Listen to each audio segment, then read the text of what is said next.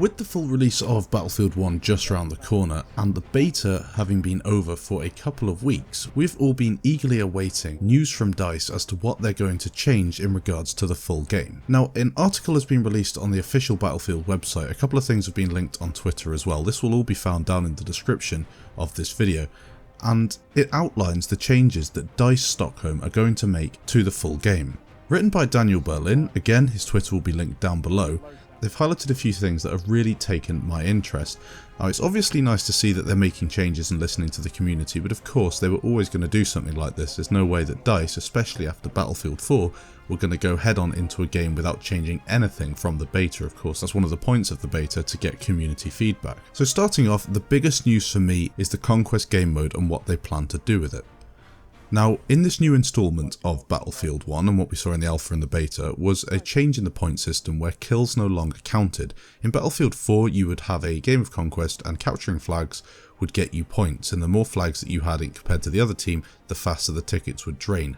But in addition to that, every respawn, not so much every death, but every respawn, although they are linked, would drain your team's tickets by 1. That means at the end of a game you could often have people or teams typing in chat, don't spawn, and that would give your team a chance to drain even more enemy tickets while keeping your tickets on 2 or possibly even 1 and then winning the game. And this does make for some incredibly close games of Conquest where you can turn it around even at the last second of the match. What they were planning to do in BF1 is go away from the kills and just have a ticket based system based on how many flags you have captured, but in a response to the community they've decided to bring back the objectives and kills, contributing towards the final score of a Conquest match. Brilliant to see that they've listened to the community, and we'll have to see how that plays out in the full game.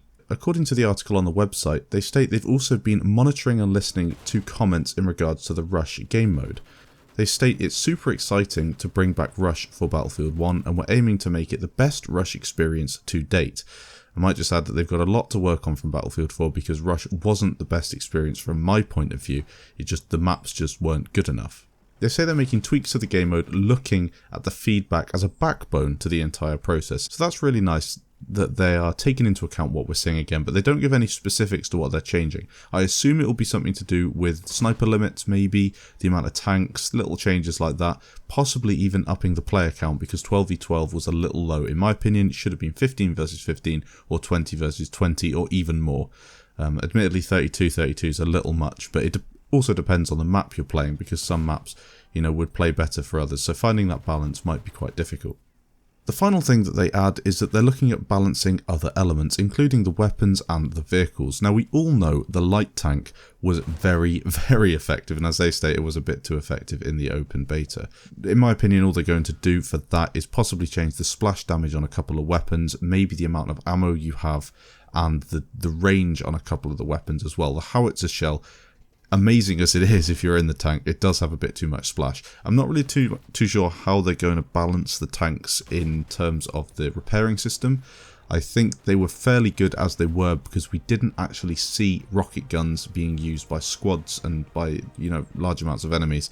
It was usually just people sprinting at you with a grenade, and to be honest, in my opinion, you should die if you sprint at a tank with a grenade. That's just not tactical enough. All that needed to happen for me was things needed to be unlocked and available for people to use to take tanks down, and maybe a little buff on a couple of things like the dynamite.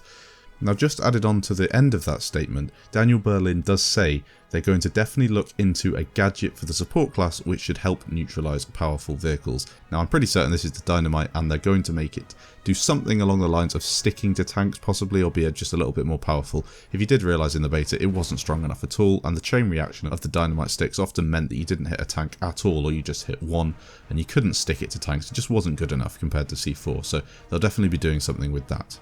Hopefully you guys are looking forward to the full release. I am really looking forward to it. Hopefully you get to play it as soon as it comes out. Thanks again for watching, guys. Stay tuned for more Battlefield 1 content coming up in the future. I'll catch you in the next video.